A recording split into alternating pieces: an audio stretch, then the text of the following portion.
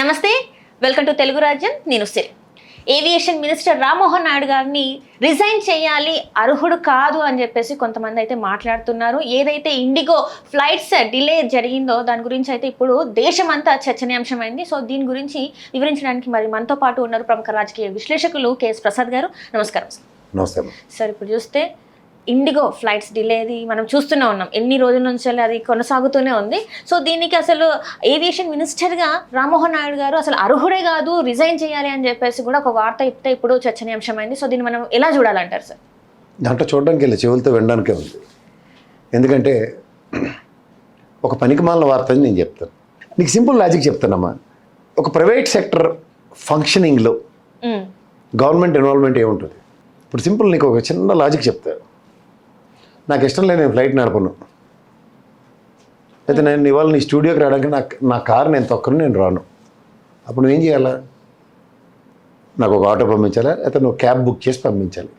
ఇది ప్రభుత్వంగా నువ్వు ప్రత్యామ్నాయం చేసే సామర్థ్యం నీ దగ్గర ఉంటే, అర్థమవుతుందా? అప్పుడు నేనేం చేసినా తప్పో రైటో అన్నది ఎస్టాబ్లిష్ అవుతుంది. కానీ ఇక్కడ దౌర్భాగ్యం ఏంటంటే 64% స్టేక్ ఉన్న ఇండిగో శాసిస్తుంది ఇండియన్ ఎయిర్పోర్ట్స్ని. ఇంకో దరిద్రం ఏంటి తెలుసా? ఏ ఎయిర్పోర్ట్ కూడా భారత ప్రభుత్వం అంది కాదు. అవును సార్, రైట్. అన్నీ అదాని పెట్టినవో, లేకపోతే జిఏకేలో, లేకపోతే జిఎంఆర్ఓ ఏదో పేర్లు పెట్టుకో, అది కూడా గవర్నమెంట్ ఆఫ్ ఇండియా కంట్రోల్లో లేదు. అలాంటప్పుడు వెళ్ళి ఎవరి మీద పెత్తనం చేయాలి రామ్మోహన్ నాయుడు? అందుకని ఆయన గత 3-4 నెలలు బట్టి జాగ్రత్త చూసుకుంటే, ఈవెన్ ఆ బోయింగ్ క్రాష్ అయినప్పుడు కూడా ఏం చేయగలిగాడు ఆయన? వెళ్ళి చూసేసి వచ్చారు అంతే. నువ్వు చూసి వీలైతే మనం కూడా వెళ్ళి చూసి రావచ్చు. అదే పని ఆయన చేసాడు.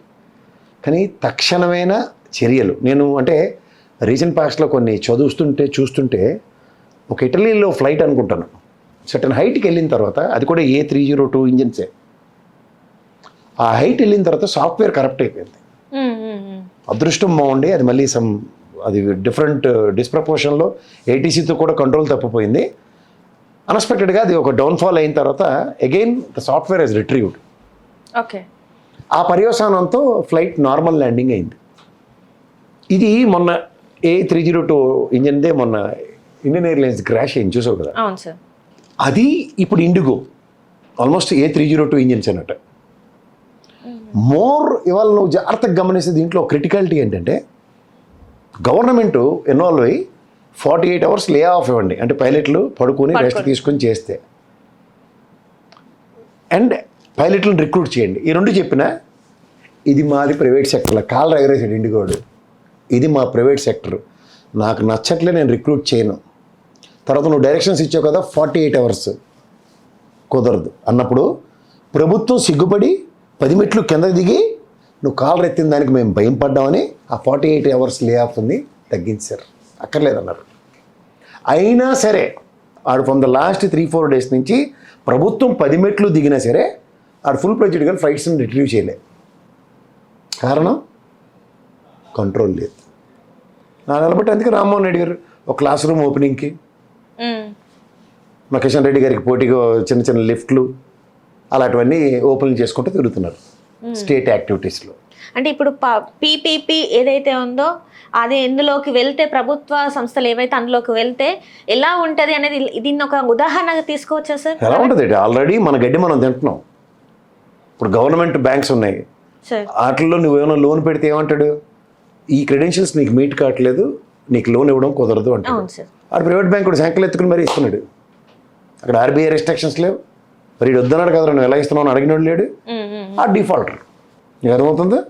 సో ఇట్లాంటి స్ట్రాటజీస్తో బ్రహ్మాండంగా నడుచుకెళ్తున్న ఈ ప్రభుత్వాన్ని గుడ్డ చేల్లో పడేట్టు వెళ్తున్నాం మనం కూడా. ఎందుకంటే ఇందులో ప్రజల చేత, ప్రజల వల్ల, ప్రజల కొరకు అనుకున్న ప్రజాస్వామ్యంలో ప్రభుత్వం ఎన్నుకున్న తర్వాత ప్రజలు అక్కర్లేని ప్రభుత్వం నడుస్తుంది, ప్రజలకు సంబంధం లేని. చిన్న ఉదాహరణ చెప్తాను నీకు. ఆర్టీసీ వ్యవస్థ ఉంది, ప్రభుత్వ రంగం నడుపుతూ ఉంటుంది. ఆ బస్సు 80 kilometers స్పీడ్ దాటి వెళ్తుందా? వాడు నట్టు బిగిస్తాడు, నోరు మూసుకుని ఇదే స్పీడ్ వెళ్ళు, ప్రయాణికుల సేఫ్టీ ఇంపార్టెంట్. అదే ప్రైవేట్ బస్సుడు వాడు 100-120 మెర్సిడీస్ వాల్వో బంజీలు వేసుకుని పోతాడు. అంటే వాళ్ళకి ఉంటాయి కదా సార్, ఇన్ని అవర్స్లో ఇన్ని ట్రిప్స్ కొట్టాలి అని ఉంటుంది కదా. ఇది ఆర్టీసీ వాడికి ఉంటుందా? ఉండదు ఉంటుంది వాడికి. అంటే ఉంటుంది కానీ పర్టికులర్ టైం ఉంటుంది వీళ్ళకి. అదే అంటే 8 గంటలే నువ్వు పని చేయాలా, అవును సార్. లేకపోతే 12 గంటలే పని చేయాలా, ఇది నిర్దిష్టం ఉంటుంది. ఆ రాత్రి తెల్లారులు వాడు ఒకటే డ్రైవరు. మన ఎవడో ఈ మధ్యన ఆర్టీ వాళ్ళు లేకపోతే పోలీసు వాళ్ళు గదమాయిస్తే దాన్ని పెట్టుకుంటారు, కానీ ఒకటే డ్రైవర్ వాడు కొల్లబడుచుకొని పోతాడు రాత్రి. అయితే నీ ప్రాణం వాళ్ళ గుప్పెట్లో చిలక ప్రాణం మాంత్రికుడి చేతిలో ఉన్నట్టు ఆ డ్రైవర్ గారి చేతిలో ఉంటుంది. దానికి కునుకుబాటు పడ్డాడంటే మన పని అవుట్. ఇదే వ్యవస్థ ప్రైవేట్ వ్యవస్థ నడుపుతున్న ఈ స్పైస్ జెట్ అనుకో, లేదంటే ఇండిగో అనుకో, లేకపోతే డీసీఐ పెట్టిన రెస్ట్రిక్షన్స్ వాళ్ళకి ఒప్పట్లే. ఎందుకు? పైలట్లకు సామర్థ్యం, వాళ్ళకి వర్క్ అవర్స్కి, వాళ్ళకి ప్రతి గంటకి వాల్యూ ఉంటుంది, ప్రతి గంటకి డబ్బులు ఇవ్వాలి, హైయెస్ట్ పెయిడ్ వాళ్ళు. సో దీంట్లో కబంధ హస్తాల్లో ప్రభుత్వం ధృతరాష్ట్ర కౌగిల్లో వాళ్ళు కూర్చున్నారు. ఇప్పుడు చూడు, బేగంపేట ఎయిర్పోర్ట్ ఉంది, ఆ ప్రఫుల్ పటేల్ గారు ఉండేవాడు అప్పుడు మినిస్టర్.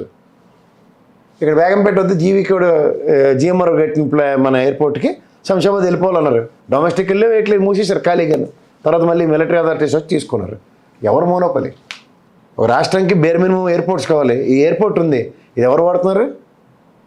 ప్రైవేట్ వాళ్ళు వాళ్ళ జట్లు దింపుకోవడానికి వాటికినో మిలిటరీ వాళ్ళు వాడుతున్నారు. రాష్ట్రానికి బేర్ మినిమం కావాల్సిన ఎయిర్పోర్ట్లు లేనప్పుడు కూడా బేగంపేట ఎయిర్పోర్ట్ వినియోగంకి లేదు. కారణం ప్రైవేట్ వ్యవస్థల మోనోపలి. ఇలాంటివన్నీ మనం గమనించకూడదు. ప్రజాస్వామ్యంలో రేవంత్ రెడ్డి గారు ముఖ్యమంత్రి కాబట్టి, అయితే గతంలో కేసీఆర్ గారు ముఖ్యమంత్రి కాబట్టి, అంటే నాకు బేర్ మినిమం ఎయిర్పోర్ట్లు కూడా లేవు కదా, నాకు ఇది కావాలి అని జిద్దులు ఎవరైనా చేస్తున్నారా? కామన్ మినిమం ప్రోగ్రాంలో, కామన్ అండర్స్టాండింగ్ ప్రోగ్రాంతోనే వెళ్తున్నాయి కార్యక్రమాలు.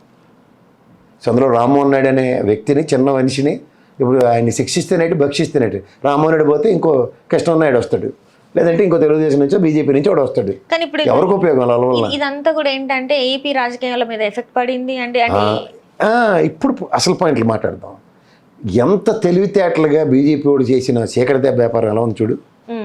మడతకాజ అంటారు దీన్ని. దేశవ్యాప్తమైన చర్చ ఏంది? తెలుగుదేశం ఎంపీ, తెలుగుదేశం చంద్రబాబు నాయుడు నేను ప్రెస్ వాళ్ళు అడుగుతున్నారు, నీది బాధ్యత ఏంటని. అండ్ అది నేషనల్ మీడియా సైతం ఈ రోజు ఒక ఖాళీ కుర్చీ పెట్టి అని చెప్పేసి మాట్లాడుతున్నారు. దీనికి మూల స్తంభం వాడు తెలుసా? ఒకడు పౌడర్ డబ్బా వాడు, ఇంకోటి కంచాలోడు ఉన్నారు జర్నలిస్ట్ ముసుగుల్లో. ఈ బీజేపీ వాళ్ళకి ఖాళీ కుర్చీ వేసి డిబేట్లు పెట్టేవారు. వాళ్ళు సరైన టైంలో వీళ్ళకి ఖాళీ కుర్చీలు వేసి దేశవ్యాప్తంగా ఎక్కడ బట్టలు ఉడదీసి నిలబెట్టారు. 45 సంవత్సరాల లెగసీ కలిగిన తెలుగుదేశం పార్టీని ఇవాళ భారతదేశంలో ఇలా నిలబెట్టారు. అసలు కేంద్ర మంత్రి నరేంద్ర మోడీ గారి ఆధ్వర్యంలో ఉన్న మంత్రి కేంద్ర మంత్రి అని మాట్లాడడం మానేసి తెలుగుదేశం మంత్రి అంటే ఎటు తిరిగి అంటే ఎటు వస్తుంది సార్ అసలు? అంటే వాళ్ళ మీద వచ్చింది, వీళ్ళ మీద కేసేయడమే. మనందరూ చూడు, గతంలో జగన్మోహన్ రెడ్డి ట్రాప్లో పడిన Telugu Desam, Pawan Kalyan and BJP party అని మనం అనుకున్నప్పుడు, ఇక్కడ వీళ్ళకి ఎలా పెట్టారు? జగన్మోహన్ రెడ్డి పవన్ కళ్యాణ్ ఎడదీసేయడానికి తెలుగుదేశం నుంచి, అంటే మేము 15 ఏళ్ళు కలిసి ఉంటాం, 15 ఏళ్ళు కలిసి ఉంటాం, రోజు అదేదో రామనామస్మరణలో చెప్తుండ్రు మనకి కదా. అక్కడ అమెరికాలో కూడా పవన్ లోకేష్ గారు మాది 15 ఏళ్ళ బంధం, మాది 15 ఏళ్ళ బంధం. ఆయన సొంత కుటుంబాలకే దిక్కులేదు, అన్నాళ్ళ బంధం, ఫెవికాల్ బంధం లేని పవన్ కళ్యాణ్ గారు అక్కడ. పోనీ ఈ మాటకు వద్దాం, పోనీ అది పర్సనల్, ఆయనకు సంబంధించిన విషయం, ఆయన సొంత నేరం, అది పక్క తీద్దాం. ఇక్కడ మీకు జాగ్రత్తగా గమనిస్తే ఈ పొత్తుకి ప్రధాన కర్త కర్మక్రియవాడు పవన్ కళ్యాణ్ గారు కాదంటారా? బీజేపీ వాడు, లేకపోతే వీళ్ళెవరు? సార్ పవన్ కళ్యాణ్ గారే చెప్పారు కదా సార్, నేను కాళ్ళ వేళ పడి పొత్తు నేను చేశానని చెప్పేసి బహిరంగంగా చెప్పారు కదా సార్. ఎవరి పని అది? ఎవరికి కావాలి పొత్తు? గతి లేక తెలుగుదేశం అడుక్కుంటున్నప్పుడు గతి లేని బీజేపీ పార్టీ కూడా గతి కల్పించిన తెలుగుదేశం. నేను ఈ సెంటెన్స్ జాగ్రత్తగా అర్థం చేసుకోమని ఎవరినైనా. ఆంధ్రప్రదేశ్లో గతి లేని బీజేపీ, పొత్తు లేకపోతే గతి లేని తెలుగుదేశం. ఓకే సార్, అసలు మీ ఇద్దరు కలపతే నాకు బతికే లేదనుకున్న పవన్ కళ్యాణ్. ఇది ఎవరికి అవసరం ఉంది? ఎవడి స్వార్థ అవసరాలకి ఆ పొత్తు అన్నది ఆలోచించుకో. సో అలాంటప్పుడు ఎవడి స్వార్థం కూడా తీసుకుంటున్నాడు. నాకు అధికారం కావాలి కాబట్టి పొత్తు అనుకున్న పవన్ కళ్యాణ్, చంద్రబాబు నాయుడు గారికి మీరు అధికారంలో ఉండాలంటే మేము ఏం చేసినా శిలాశాసనాల్లో భరించాలి అన్న దీంట్లో ఇవాళ మొత్తం కేంద్ర ప్రభుత్వం మీద రావాల్సిన బ్లేమ్ అంతా రాష్ట్ర ప్రభుత్వం మీద వచ్చేసి తెలుగుదేశం మీద, రామ్మోహన్ రెడ్డి గారి మీద పడింది. ఇది గమనించుకోండి. అంటే ఒక రకంగా వీళ్ళని కిందికి ఒత్తేయాలనా? ఆల్రెడీ ఒత్తేసారు. 18 నెలలు బట్టి అదే పనిలో ఉన్నారు వాళ్ళు. నీకేమైనా కొత్తగా వైవిధ్యభరితంగా ఏమైనా కనబడుతుందా? అంటే స్వతంత్ర ప్రతిపత్తి లేని ఒక కేంద్ర ప్రభుత్వ ఆచ్ఛేదనలో బతుకుతున్న ఆంధ్రప్రదేశ్ గవర్నమెంట్ అని చెప్పాలి. అంటే ఇప్పుడు చూసుకున్నట్టయితే రాష్ట్ర Simple. ప్రజలు మళ్ళీ ఏమనుకుంటున్నారంటే, ప్రశ్నించక తెప్పాలా సార్? కేంద్రంలో తెలుగుదేశం గట్టిగా ఉంది, సో కేంద్రం నుంచి వెళ్ళి ఏదున్నా కూడా వీళ్ళు గట్టిగా మాట్లాడి మన రాష్ట్రానికి నిధులు తీసుకొస్తారు, పోరాడతారు అని చెప్పేసి ప్రజలు అనుకుంటున్నారు కదా సార్. చాలా బాగా అనుకుంటారు, చెవులు పూలెట్టమని చెప్పు. మొన్నే కదా మోతా తుఫాన్ అయింది, దాని ముందు బుడమేరు వాగు పొంగి కృష్ణా జిల్లాలో, ఉభయ గోదావరి జిల్లాల దాకా ఎంత ప్రభావం ఉందో తెలుసు కదా, అకాల వర్షాలు ఎంత ప్రభావం ఉందో తెలుసు కదా. నిన్న దిత్వా తుఫాను కూడా ప్రభావం ఎంత ఉందో తెలుసు, నెల్లూరు అంతా మునిగిపోయింది. ఈ నాలుగిటికి కూటమి ప్రభుత్వం ఆధ్వర్యంలో జరిగినవే కదా. డబుల్ ఇంజిన్ సర్కార్ అంటే తక్షణ సాయం కింద 10 రూపాయలు ఇచ్చారు. ఇప్పటికీ గిట్టుబాటు ధర లేక అల్లాడిపోతున్న రైతుల సమస్యల మీద కేంద్ర ప్రభుత్వం నుంచి కనీసం ఎంగిల్ చేత కాకిని కొట్టారు. ఇప్పటికీ ఇన్ని జరుగుతుంటే ఎవరికి ఏంది, మాకు అధికారం కావాలన్న కేవలానికి వాళ్ళు బిస్కెట్ వేసి వీళ్ళకి అధికారం ఇచ్చి వాళ్ళ ఇష్టం పైన అది చేస్తున్నారు. దానికి మనం అందరం వెర్రి వెంగళాల్లో చూస్తున్నాం. రామ్మోహన్ నాయుడు క్రికెట్ ఆడితే తెలుస్తుంది ఎవరికైనా, థర్డ్ ఎంపైర్ ఉంటాడు. వాడు మనలాగే టీవీలో చూసి కామెంటరీ సంజయ్ ఏమీ తెలియని సంజయ్ మంజగర్ గారు కూడా కామెంటరీ చెప్పేస్తారు చూడు, దట్స్ అవుట్. ఎవరు ఇవ్వాలి? ఎంపైర్ అక్కడ ఇవ్వాలి, లేదా థర్డ్ ఎంపైర్ని వీళ్ళిద్దరూ అడిగితే ఇవ్వాలి. వాళ్ళ థర్డ్ ఎంపైర్ని అడగడు, థర్డ్ ఎంపైర్ కూడా మనలాగే అవును అది అవుట్, వీళ్ళు అడిగితే బాగుండు అనుకుని కూర్చుంటాడు. రామ్మోహన్ నాయుడు పరిస్థితి కూడా అదే, థర్డ్ ఎంపైర్ పరిస్థితి. దీని మీద అతనికి కంట్రోల్ లేదు, ఎయిర్పోర్ట్ల మీద కంట్రోల్ లేదు, ఫ్లైట్స్ మీద కంట్రోల్ లేదు. అంటే ముందు ఆయన చూపెట్టి వీళ్ళందరూ చేస్తున్నారంటారా? అంతే. నీకు ఎప్పుడైనా బంగారు బాతుకుట్టు కదే. ఇప్పుడు ఒకప్పుడు ఎయిర్ ఇండియా ప్రభుత్వ ఆధీనంలో ఉంటే దాన్ని కూడా తీసుకెళ్ళి టాటా చేతిలో ఎట్టేశారు, నువ్వే నడుపుకోరా బాబు అని. వాళ్ళు ఎంత బతిమాలారు. ఇప్పుడు నిన్న ఆ ఫ్లైట్ పడిపోయిన తర్వాత మాకు ఆర్థిక భారం పెరిగిపోయింది, మాకు తక్షణ సాయం చేయండి అంటే దానికి కూడా చెత్తబడిపోతున్నారు వీళ్ళు. మరి అదే ఎయిర్ ఇండియా వ్యవస్థ, ఇండియన్ ఎయిర్లైన్స్ మన భారత ప్రభుత్వ ఆధీనంలో నడుపుతున్నప్పుడు మమ్మల్ని బతికించండి రా, ఓ 10 రూపాయలు ఇవ్వండి అంటే ఇవ్వగలిగారా? వీళ్ళు నీరవ్ మోడీ గడికి, విజయ్ మాల్యా గడికి అప్పనంగా నెత్తికి పెట్టి విదేశాలకు కూడా పంపిస్తున్నారు కదా ఆల్ ఫ్లైట్లలోనే. అన్నీ గమనిస్తూ ప్రజలు విజ్ఞత, అదేంటి మన చేతిలో చేతులారా. అసలు సాధారణంగా ఫ్లైట్ అన్నది ఊహకందనిది మన సామాన్యుడికి, కానీ సామాన్యుడికి అందుబాటులోకి తెచ్చే నెపంలో మొత్తం సామ్రాజ్య విస్తరణలు అనుకుంటే మొత్తం ప్రభుత్వ రంగ సంస్థలన్నింటినీ అదానీ అంబానీ చేతిలో పెట్టేస్తావు. కేవలం ఒక మనిషి ఆధీనంలో నాకు నచ్చితే ఇవాళ నేను ముందుకు నడిపిస్తాను దేశం, లేదంటే ఆపేస్తాను అన్న పరిస్థితి క్రియేట్ అవుతుంటే వెర్రి వెంగళాయిలో మనం చూస్తుంటే ఏం చెప్పాలా? ఓ సాల్వలు వేసి తిరుగుతారు కదా మేధావులు, లేదు మాట్లాడరేమి, నోర్లు పడిపోయా. దీని మీద ఇంతవరకు రాష్ట్ర ప్రభుత్వం స్పందించలేదు. ఏ రాష్ట్ర ప్రభుత్వం? ముఖ్యమంత్రి గారు కూడా అది నాది కాదని చెప్పేసి చేతులెత్తేసిన. కాదు, ఏవియేషన్ సంబంధించింది కేంద్ర పర్వ్యూలో ఉంటుందని అందరూ ఒప్పుకుంటున్నాం, కానీ కేంద్ర పర్వ్యూలో లేదని నేను చెప్తున్నాను. అడిగే దిక్కులేదు మన దగ్గర స్టేట్ గవర్నమెంట్. ఏ ఎయిర్పోర్ట్ ప్రభుత్వ ఆధీనంలో ఉందో చెప్పమని ఒకసారి. అన్ని ఎయిర్పోర్ట్లు నీళ్లు నువ్వులు పోసి అంబానీ అదానీలు అదాని పెట్టారు. ఇంకా మిగిలిందండి ఫ్లైట్లు, ఆ నచ్చినోడు తిప్పుకుంటున్నాడు. ప్రభుత్వం పలానా ఎయిర్లైన్స్ నడుపుతుందని ఒకటి చెప్పి నాకు చూద్దాం, నియంత్రణ ఉంటుంది కదా. మరి దీనికి పరిష్కారం ఏంటంటే ఏమీ లేదు, దూరం నుంచి ఆ థర్డ్ ఎంపైర్ లాగా నూరేళ్ళు పెట్టి చూడడు. రామ్మోహన్ నాయుడే ఏం చేయలేని నిస్సాయ స్థితిలో ఉంటాడు, నేనే చేస్తాను నువ్వే చేస్తావు, ఇంకా అంతే అంటారు. అంతే, మళ్ళీ వాళ్ళ డెసిషన్, వాళ్ళ డెసిషన్, వాళ్ళ దయాధారం భిక్షలతో మనం బతుకుతున్నాం. మరి దీనికి ఇప్పుడు ఇండిగో ఎయిర్లైన్స్ దయాధారం భిక్షతో కేంద్ర ప్రభుత్వం బతుకుతుంది అంటారు. అంతే. అడికి 3 వచ్చింది, ఇవాళ రేపటి నుంచి ఫ్లైట్లు నడుపుతాం, నడిపేయడానికి నడుస్తాయి. నడపనంటే ఏం చేయలేరు. ఇంకా ఇది కొనసాగుతూనే ఉంటుంది అంటారు. ఇంకా కొనసాగుతుంది ఇవాళకి కూడా, అది ఇప్పటికి కొనసాగుతుంది. ఇంకా దీనికి ఒక ఎండ్ కార్డ్ పడే ఏం చేయగలుగుతావు? ఏం చేయగలవా? ప్రధానమంత్రి ఏమైనా ఇన్వాల్వ్ అయ్యి మాట్లాడా? ఇంతవరకు మాట్లాడలేదు. రామ్మోహన్ నాయుడు గారు ఏమైనా చేయగలిగారా? మరి ఏం చేయలేనప్పుడు ఏమవుతుందంటే థర్డ్ ఎంపైర్ సెల్ ఉన్న ప్రభుత్వ రంగ సంస్థలన్నీ ఆ లెదాన పెట్టి కూర్చుంటే తప్పట్లు కొట్టుకుని మోనోపలి అంటే ఏంటో చూపిస్తున్నారు. Right sir. నేను దానికి తోడు ఆయన మాట్లాడుతూ మనం ఆఫ్టర్ ఆల్ 2 బిగ్గెస్ట్ ఎయిర్లైన్స్ నడుపుతున్నాం, ఇంకో 3 తీసుకొస్తే టోటల్ 5 ఎయిర్లైన్స్ మన దగ్గర రావాలంటే ఇటు చేసి పని ఆడే చేస్తాడు. ఇప్పుడు సింపుల్ లాజిక్ చెప్తా, ఈ ఇండిగో ఎయిర్లైన్స్ ఉపద్రవం వచ్చినప్పుడు ఎయిర్ ఇండియా టాటా వాడ ఆధీనంలో ఆకాశ్ ఎయిర్లైన్స్ ఇంకో ఎయిర్లైన్స్ ఏదో ఉన్నాయి స్టార్ ఎయిర్లైన్స్, వీళ్ళు ఢిల్లీ టికెట్లు మిగిలిన ప్రయాణాల టికెట్లు అన్నీ ఎలా ఎంతంత శాసించి ఎంతంత డిమాండ్ చేసి తీసుకున్నారు. రేపొద్దున ఆడోదే పని చేస్తుంది, నడపోతే వాళ్ళు డిమాండ్ మామూలుగా లేదు. 70,000 పైచీలకు ఢిల్లీ టికెట్ ఉంది, ఏం చేయగలిగింది ప్రభుత్వం? 2,000 కిలోమీటర్లు ఉంటే ఈ రేటు, 500 కిలోమీటర్లు ఉంటే ఈ రేటు, 1,500 కిలోమీటర్లు ఉంటే ఈ రేటు అని ఇచ్చింది. నడుస్తున్నాయి అనుకుందాం. ఇండిగో నడపట్లే, నాది మోనోపలే కదా నేను నడపను అని ఎయిర్ ఇండియా అన్నాడు. ఇంకేం చేయగలరు?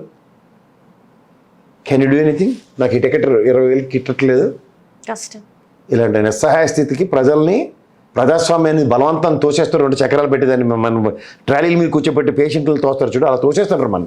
అంటే ఇక్కడ పరిస్థితి ఏంటంటే సార్, మామూలుగా మిడిల్ క్లాస్ కన్నా పైన ఉన్న వాళ్ళు, డబ్బు ఉన్న వాళ్ళు అయితే వాళ్ళు ఏదో ఒక ప్రత్యామ్నాయం దొరుకుతుంది. కానీ సామాన్య పరిస్థితుల ప్రజల పరిస్థితి ఏంటంటారు మరి? సామాన్యుడికి నీకు ఫ్లైట్ ఎక్కే స్థాయి లేదన్నది చూపిస్తున్నారు మళ్ళీ ఒకసారి. ఇదే కదా, ఒక ఉద్యోగం కోసమే కావచ్చు, చదువు కోసమే కావచ్చు వెళ్ళాల్సిన. ఇవన్నీ అంతులేని కదా జయప్రద స్టోరీలు.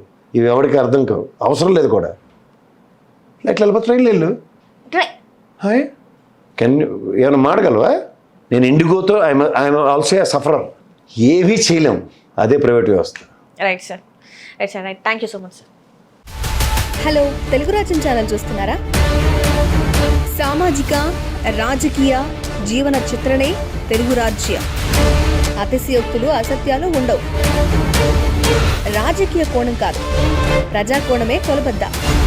తెలుగు రాజ్యం వీక్షణ మీ ఉత్తమ అభిరుచికి నిదర్శనం.